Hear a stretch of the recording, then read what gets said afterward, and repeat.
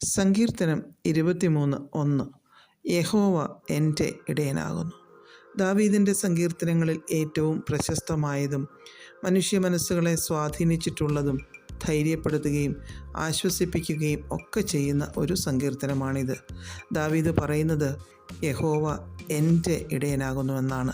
തൻ്റെ രാജ്യത്തിൻ്റേതെന്നോ ജനങ്ങളുടേതെന്നോ ഒന്നുമല്ല, വളരെ വ്യക്തിപരമായ ഒരു ബന്ധത്തെ അത് സൂചിപ്പിക്കുന്നു.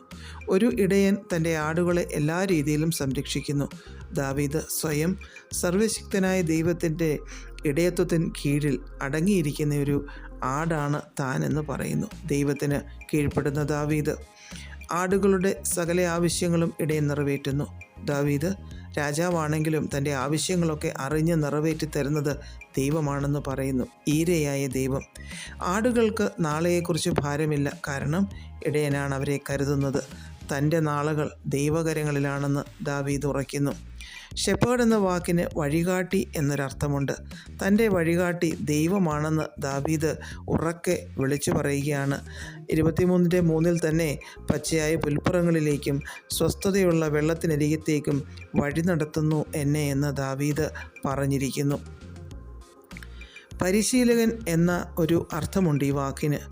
ദാവീദ് തന്നെ പറയുന്നു, സങ്കീർത്തനം 144:1 അവൻ യുദ്ധത്തിന് എൻ്റെ കൈകളെയും പോരിന് എൻ്റെ വിരലുകളെയും അഭ്യസിപ്പിക്കുന്നു എന്ന്.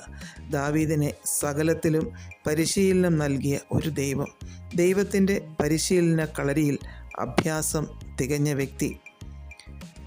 ഷെപ്പേർഡ് എന്ന വാക്കിന് ഉപദേശകൻ എന്നൊരർത്ഥമുണ്ട്. സങ്കീർത്തനം 32:8 ഞാൻ നിന്നെ ഉപദേശിച്ച് നടക്കേണ്ടുന്ന വഴി നിനക്ക് കാണിച്ചു തരും എന്ന് ദാവീദ് എഴുതിയിരിക്കുന്നു.